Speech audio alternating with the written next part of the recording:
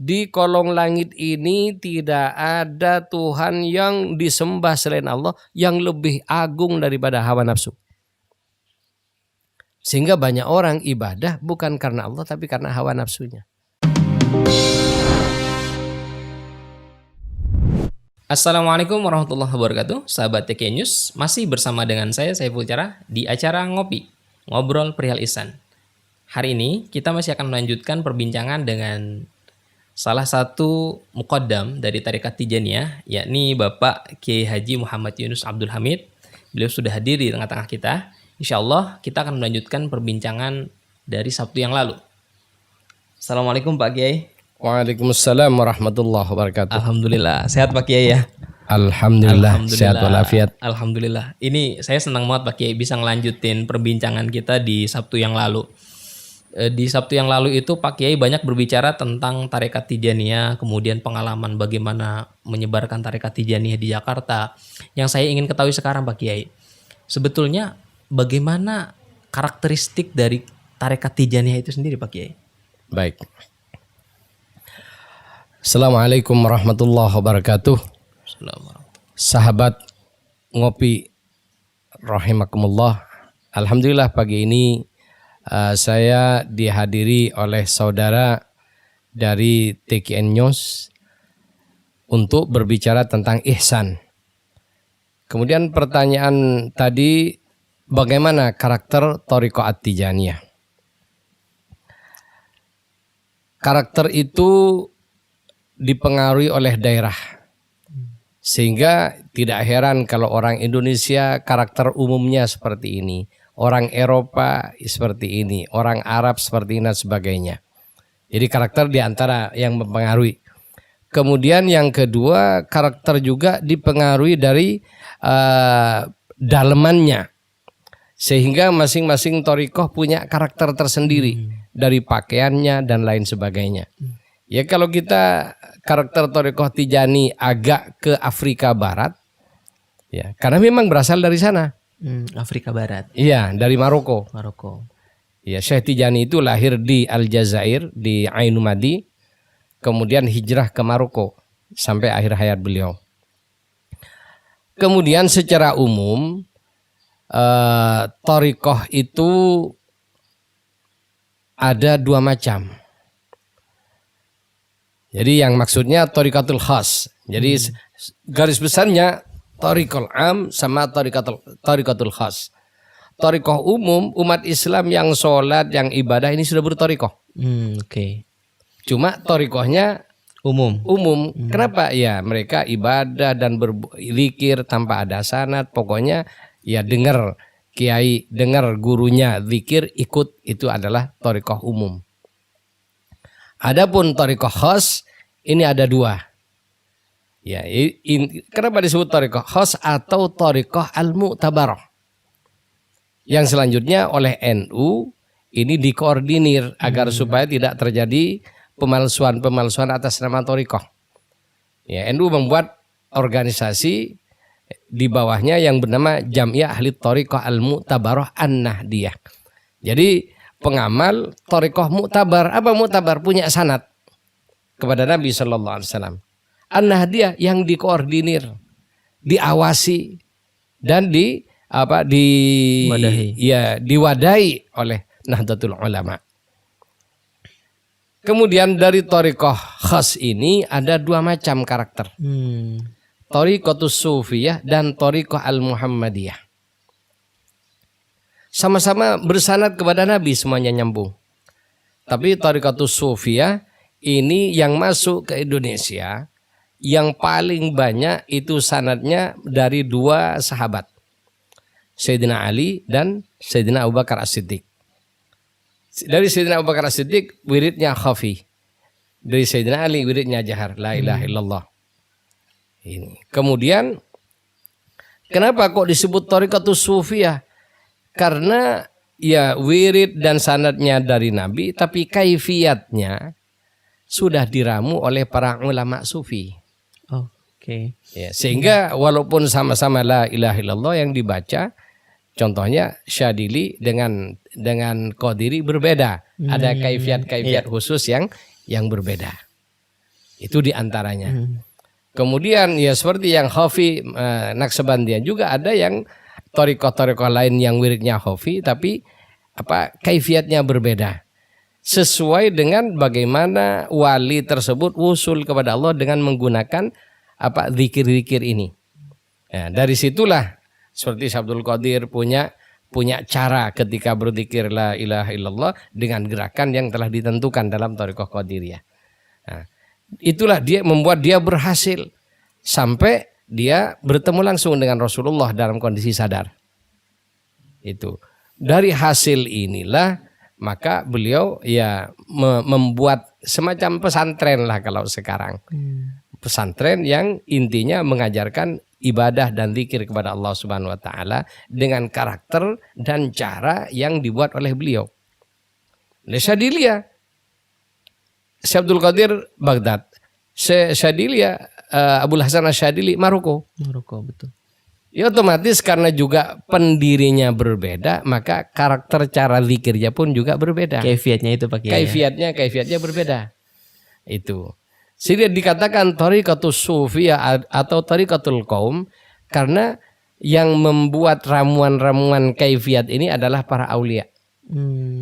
Para arifin yang menjadi muassis thariqah itu.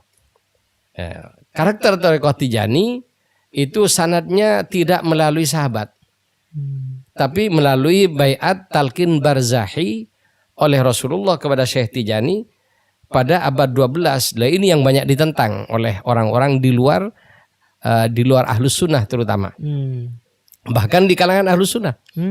Itu sehingga banyak yang mengatakan Tijani tidak punya sanad, dianggap mungqati, dianggap putus kepada Nabi. Kenapa? Ya dari Syekh Tijani sudah selesai. Langsung ke Rasul. Iya. Artinya tidak punya sama dengan Nabi. Nah, padahal ya thariqah Tijani ini Nabi langsung memberi kepada Syekh Tijani.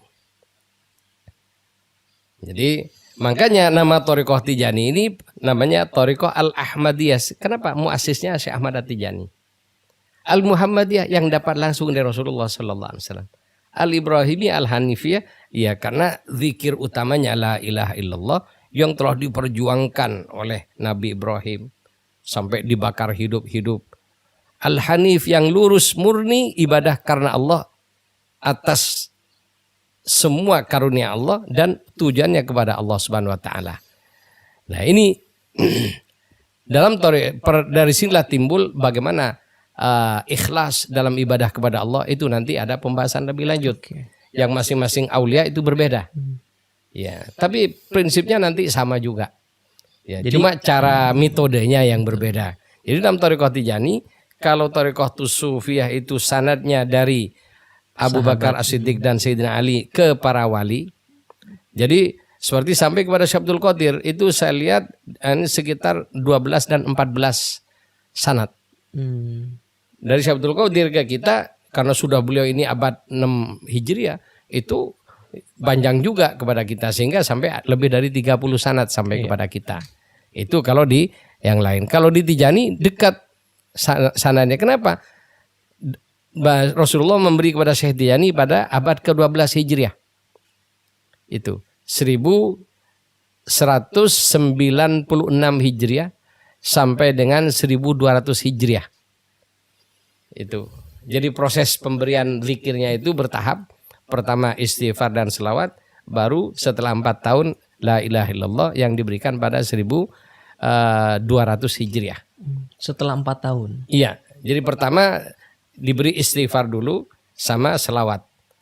Setelah dikerjakan 4 tahun, maka baru diberi la ilaha illallah. Itu. Sehingga kalau di thariqah yang lain ini ada kaifiat-kaifiat seperti gerakan badan dan sebagainya. Kalau di thariqah Tijani ya bebas. Jadi mau la ilaha illallah diem, mau la ilaha illallah menggerakkan badan tidak ada masalah. Oke. Itu. Kenapa? Ya memang ya mohon maaf ya. Kalau saya memberikan semacam iktibar di Tijani itu ibaratkan karena akhir zaman kan. Wiridnya paling sedikit, paling ringan dari thariqah lain dan juga caranya juga tidak memerlukan kaifiat yang yang sulit. Kenapa? Manusia akhir zaman. Itu. Sehingga kalau saya ibaratkan ya seperti kamera zaman dulu kan gede, harus di ini Bawanya manual, repot. harus di itu. Di sekarang ini sudah matic, otomatis semuanya, sehingga mau diterangin, mau diredupin, sudah di situ sudah ada. Makanya di Tijani zikirnya ringan, istighfar 100, selawat 100, la ilaha illallah 100 pagi sore, tidak saya waktu. Dan tidak pakai kaifiat yang intinya suci, duduk menghadap kiblat, khusyuk. Selesai. Itu karakter dari Thariqah At-Tijaniyah. Thariqah Tijaniyah. Menarik sekali Pak Kiai. Di masa pandemi ini nih Pak Kiai ini kegiatan Thariqah Tijaniyah terutama di Yayasan Tarbiyah di sini bagaimana Pak Kiai? Alhamdulillah sejak awal kita tetap melaksanakan kegiatan sebagaimana mestinya. Jadi di dalam Thariqah Tijaniyah itu kegiatan zikirnya ada 3 macam, yaitu zikrus sabah wal masa, pagi sore, baca istighfar, baca selawat, baca la ilaha illallah, masing-masing 100 yang dikerjakan sendirian. Nggak harus berjamaah Pak Kiai. Tidak harus berjamaah. Kemudian ada namanya zikrul wadhifah. Zikrul wadhifah. Wadhifah itu harus berjamaah. Kita tetap berjamaah tiap hari, tapi tetap kita memperhatikan protokoler COVID-19. Kemudian setiap Jumat sore, ya, jadi mulai sholat asar berjamaah, kemudian habis sholat asar sampai maghrib kita zikir, yaitu wiridul masa, wirid sore, kemudian al-wadhifah yang sehari sekali tapi wajib berjamaah, dan hailalah yang dikerjakan khusus hari Jumat dari asar sampai maghrib, minimal baca la ilaha illallah 1000 kali. Kita tetap mengerjakan, tapi yaitu menjaga protokol COVID-19, sehingga di zawiyah pintu masuk itu setiap ikhwan yang datang harus belok dulu ke kamar mandi. Oke, cuci tangan. Ya, cuci tangan, kemudian wudhu dan menghirup air. Ya, jadi termasuk juga dengan sabun dan sebagainya. Seperti itu. Jadi kita tetap jalan, karena saya memandang wirid ini nafasnya Thariqah. Nafasnya Thariqah. Iya, sama dengan sholat nafasnya Islam. Oke. Itu. Jadi kalau sampai sholatnya putus, ya putus nafas Islamnya. Iya. Nah, kalau orang Thariqah tidak zikir, ya putus. Bisa diputus Thariqahnya, bahaya. Betul, okay, betul. Makanya ya dengan kondisi seperti ini tetap kita zikir, tapi juga tetap mengikuti aturan sebagaimana mestinya. Untuk bisa bertarekat Tijaniyah itu apa ada syarat-syaratnya nggak Pak Kiai? Ya harus. Ya segala sesuatu pakai syarat. Ya, mau masuk TK aja pakai syarat. Iya benar. Iya. Jadi segala sesuatu pakai syarat. Termasuk juga ya untuk ya muqaddam gurunya ya juga ada syaratnya. Ya, kenapa kok akhir zaman kayak gini umat Islam kok tidak benar, banyak tidak benar, banyak yang aneh-aneh. Karena banyak orang ya hanya tahu membaca, tahu ya teorinya al-Islam, tapi dengan hakikat al-Islam tidak tahu, sudah berbicara Islam. Oke. Yang kedua, tidak punya izin. Nah, itu tuh yang banyak tuh Pak Kiai. Nah, karena coba kita logika saja, untuk jadi guru PAUD, iya kan? Pakai syarat, pakai ijazah. Lah iya, ijazahnya harus ada, kemudian akte mengajarnya juga harus ada, kemudian harus ada SK-nya baru dapat gaji. Betul. Kalau udah ada SK-nya tidak dapat gaji. Iya. Walaupun siang malam ngajar. Itu. Karena nggak terregistrasi. Tidak ada registrasi. Apalagi ya. Ya kalau untuk PAUD yang hanya bisa nari dan nyanyi, harus pakai izin gurunya. Lalu bagaimana perjalanan rohani menuju Allah Subhanahu wa taala yang perjalanannya jalannya gaib. Nah, itu. Tidak terlihat oleh mata.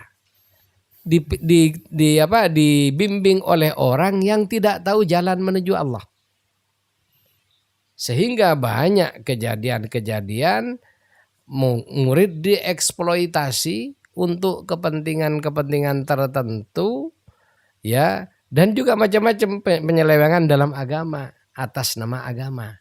Iya. Itu kenapa tanpa terasa mereka tadinya memang benar niatnya, tapi karena setan itu lihai, tengah jalan berbelok kepada jalan yang tidak diridhoi oleh Allah. Itu. Ya satu contoh. Ya. Kenapa Anda sholat? Biar masuk surga, lepas dari neraka. Kenapa Anda sedekah? Biar berkah. Betul kan? Ya. Sehingga saya tanya, tujuan sedekahnya apa? Tujuan sedekah? Biasanya biar berkali-kali lipat. Iya, Dapat ya balasan. biar berkah kan gitu. Biar berkah. Apakah menuju Allah? Iya kan? Iya. Banyak orang sholat tahajud, ditanya kenapa? Biar terkabul hajat. Biar naik derajat. Iya, biar naik derajat. Apakah derajat itu Tuhan? Itu. Banyak orang sholat duha, ditanya untuk apa Kang sholat duha? Biar utangnya lunas. Apakah utang itu Tuhan? Nah ini, kalau kita berthariqah ini harus dibimbing oleh orang yang tahu jalan menuju Allah. Sehingga zikirnya, sholatnya, inna sholati wa nusuki wa mahyaya wa mati, seluruhnya lillah. Bukan lil utang, bukan lil jabatan, bukan lil perempuan, dan bukan lil jadi kiai, bukan lil jadi syekh, bukan lil sakti mandraguna, dan lain sebagainya. Itu. Nah ini harus tak jeli. Kalau tidak jeli, terjebak nanti. Betul Pak Kiai. Inilah pentingnya. La faman lam yakun lahu syaikhun fasyaihu syaitanun. Nanti yang jadi guru setan nanti dibawa kemana-mana. Ikut hawa nafsunya. Maka Nabi menyatakan tahta kubbatis sama'i ilahun yu'badu min dunillahi a'dhamin hawan muttaba. Di kolong langit ini tidak ada Tuhan yang disembah selain Allah yang lebih agung daripada hawa nafsu. Sehingga banyak orang ibadah bukan karena Allah tapi karena hawa nafsunya. Hawa apa? Abstrak, kekuasaan. Banyak orang ibadahnya biar berkuasa, biar berwibawa, biar ditaati orang. Baca ini, baca itu biar ditaati orang. Kan gitu banyak kan? Banyak. Okay. Tanpa terasa itu hawa. Nafsunya apa? Ingin agar supaya kaya raya. Ingin agar supaya ini itu dan sebagainya yang sifatnya menguasai materi. Itu nafsu. Kemudian ada orang yang ibadahnya ingin dapat lawan jenis. Nah, loh. Itu. Makanya yang ahli di bidang ini sampai nulis di koran. Jadi dijamin nempel kayak perangko. Kalau tidak kena mahar 100% kembali. Apakah itukah ibadah? Allah. Jadi itukah ibadah? Jadi jauh. Tanpa terasa mereka nyembah selain Allah. Itu. Inilah yang ketika orang bertarekat diluruskan pakai. Diluruskan. Kenapa? Makanya ada taklim. Taklim teori, wawasan, taklim. Ada tarbiyah. Tarbiyah itu dituntun murid ke hadrah. Ini jadi seorang guru tarbiyah yaitu para aulia ya, yang sudah wusul kepada Allah Subhanahu wa taala. Ya. Mereka yang sudah wusul dapat ijazah, dapat wewenang untuk membawa orang lain ke hadrahnya. Itu. Makanya untuk jadi mursyid, untuk jadi muqaddam harus punya izin. Harus punya ilmu. Harus dibimbing dulu dan harus sampai dulu. Ya kalau ingin membimbing ke Surabaya, tidak tahu Surabaya gimana? Nyetir bus ke Surabaya katanya, tapi tidak tahu Surabaya gimana jadinya? Nyasar. Itu logikanya kayak gitu. Untuk syarat-syaratnya Pak Kiai, untuk ketika orang ingin menjadi ikhwan tarekat Tijaniyah, syarat-syaratnya apa Pak Kiai? Syaratnya yang pertama ya, syarat yang bersangkutan itu punya keinginan untuk usul kepada Allah melalui berthariqah. Jadi dia punya himmah, punya kemauan. Ya. Kemudian setelah itu ada guru yang punya izin untuk memberikan. Jadi seperti orang nikah, ada walinya, ada calon pengantennya. Kemudian yang ketiga terjadi akad. Oh, ada akadnya. Ya akadnya yaitu ajastuka walakantuka. Nah ini ada ijazah dan talqin wiridnya. Itu. Jadi 3 syaratnya. Itu. Ada himmah, Ya. ada gurunya, Mm-mm. dan ada Akadnya. akadnya. Ini syarat Ini pokoknya. syarat pokoknya. Ada kewajiban, ada larangan nanti. Itu. Ini buat ikhwan-ikhwan juga. Jadi saya jadi teringat pertemuan sebelumnya tuh Pak Kiai. Pak Kiai sempat menyinggung tentang al-mubasyirat. Iya. Nah, apakah ikhwan-ikhwan tarekat itu juga akan mengalami mubasyirat Pak Kiai? Jadi al-mubasyirat, berita gembira dari Allah Subhanahu wa taala kepada yang bersangkutan, terutama para pengamal thariqah. Ya, yang jadi permasalahan begini, kalau ngamalkan thariqah bertahun-tahun tidak pernah mimpi Nabi aja, ini perlu dipertanyakan, ada apa? Berarti ada yang koslet.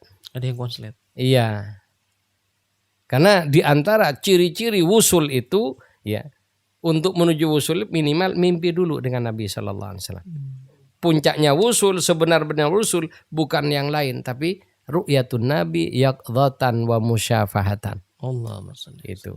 Jadi disebut orang thariqah wusul sudah ketemu Nabi yaqdhah dan musyafahah. Ya Itu. secara sadar. Sadar.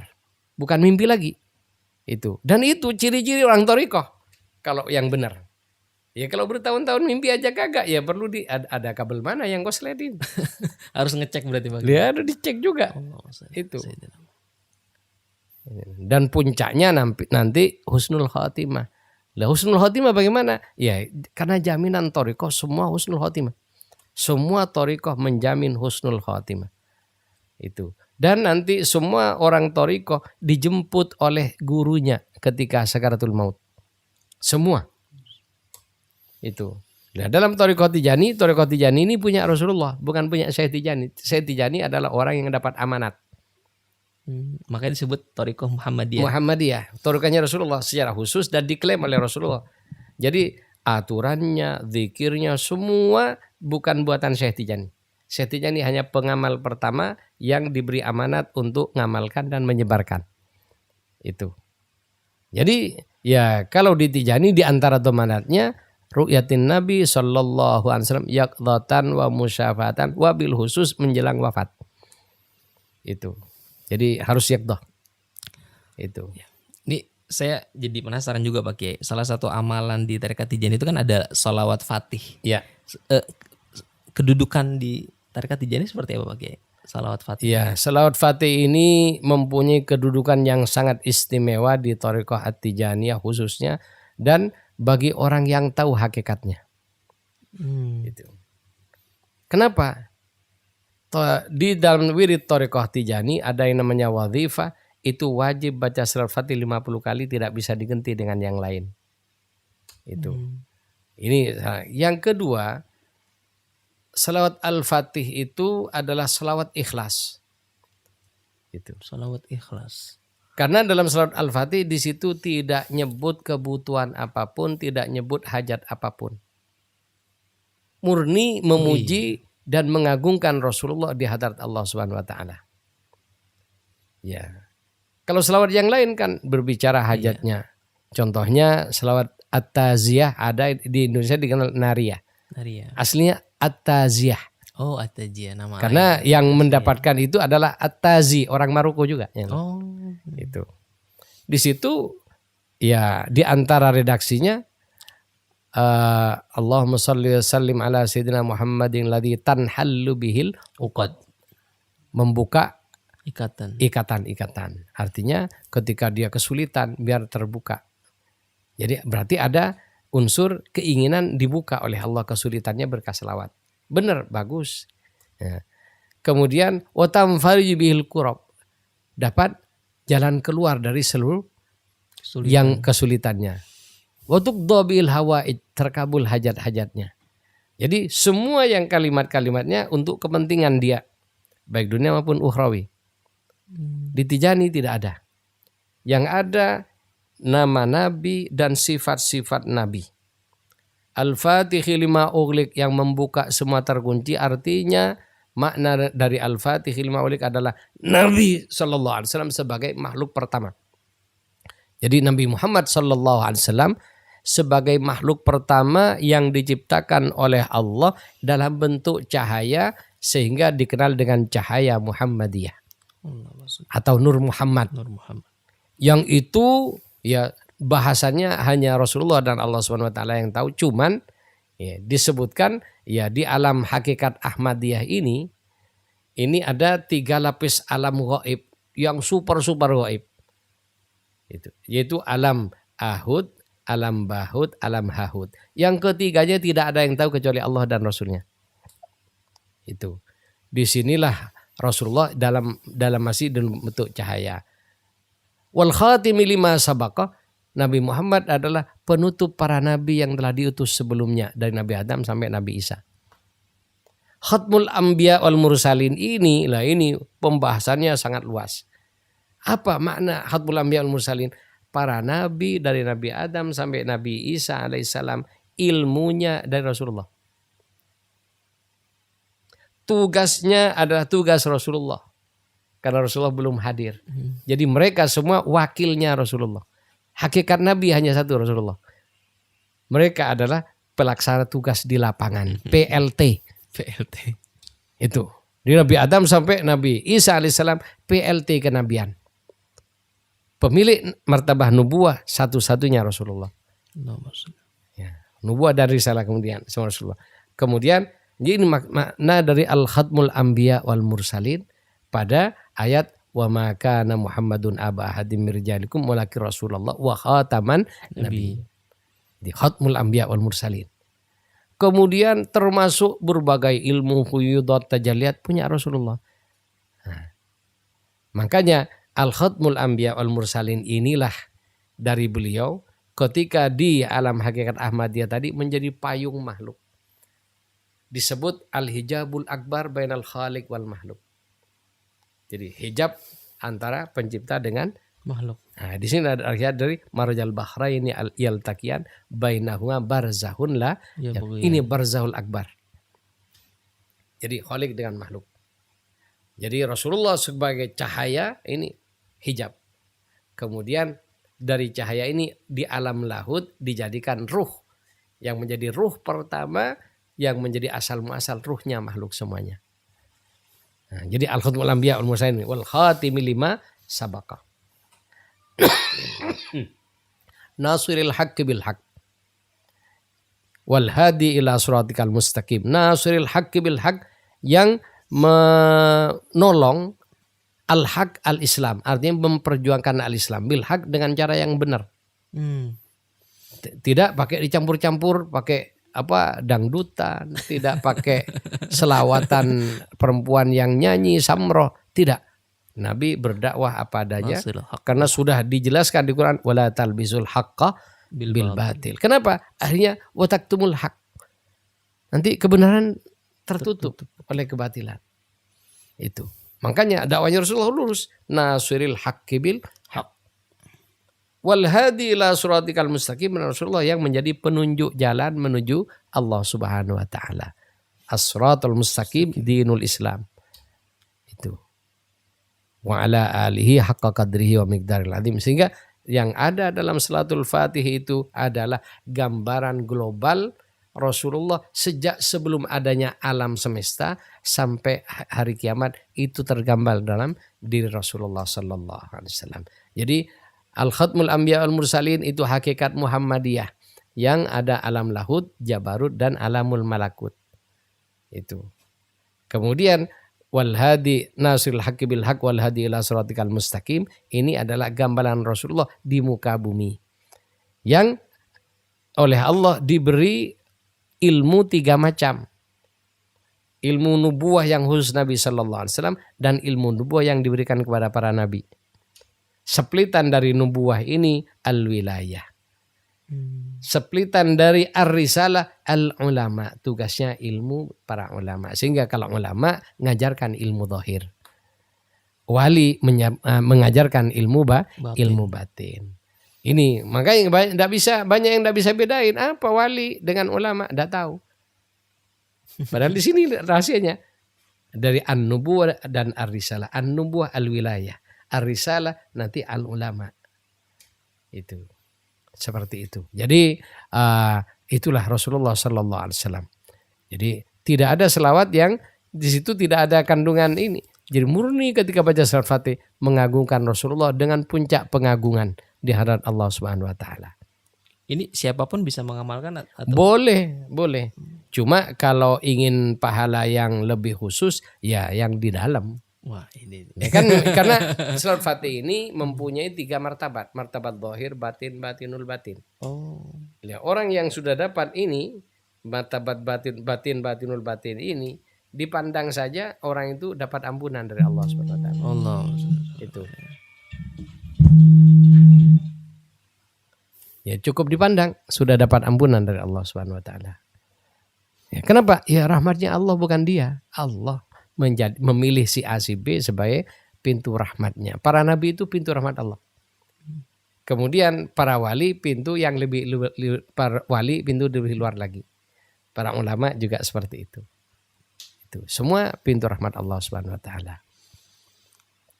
Alhamdulillah, terima kasih banyak Pak Kiai atas penjelasannya. Ini sangat menarik, tetapi karena waktu kita terbatas, jadi ngobrol perihal ihsan bersama Saiful Cerah. Insya Allah masa depan kamu akan cerah, akan dilanjutkan pada Sabtu mendatang. Saya ucapkan terima kasih banyak untuk Pak Kiai Muhammad Yunus. Mudah-mudahan 3 episode ini banyak memberikan inspirasi, banyak memberikan pelajaran, dan banyak membuka wawasan Pak Kiai. Baik, ya semoga. Dan semoga juga kita semua diberi rizki ikhlas. Amin, amin ya Allah. Amin. Karena amin. amal yang diterima oleh Allah adalah amal yang ikhlas. Dan kalau tidak ikhlas hakikatnya syirik. Allahumma. Karena tidak menuju Allah Subhanahu wa taala. Semoga kita dapat rizki ikhlas itu. Amin, amin ya rabbal alamin.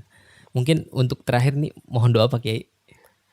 Allahumma salli ala sayyidina Muhammadin al-fatih lima ughliqa wal khatim lima sabaqa. Amin. Nasiril haqqi bil haqq wal hadi ila siratikal mustaqim. وعلى آله حق قدره ومقدار العظيم اللهم بجاه الفاتح لما أغلق افتح لنا أبواب كل خير فتحته على سيدنا محمد رسولك صلى الله عليه وسلم بجاه الخاتم لما سبق اختم لنا بخاتمة الناجين الراجين الذين قيل لهم قل يا عبادي الذين أسرفوا على أنفسهم لا تقنطوا من رحمة الله بجاه الناصر الحق بالحق unsurna ala jamil a'da nasral ladzi qila lahu atattahiduna huzwa qala a'udzu billahi an akuna minal jahilin bijahil hadi ila siratikal mustaqim ihdinas siratal ladzina an'amta 'alaihim minan nabiyyina was-siddiqina wasyuhada was-salihin wa hasuna ulaika rafiqa dzalikal fadlu minallah subhana rabbika rabbil izzati amma yasifun wa salamun 'alal mursalin walhamdulillahi rabbil alamin. Assalamualaikum warahmatullahi wabarakatuh. Waalaikumsalam warahmatullahi wabarakatuh.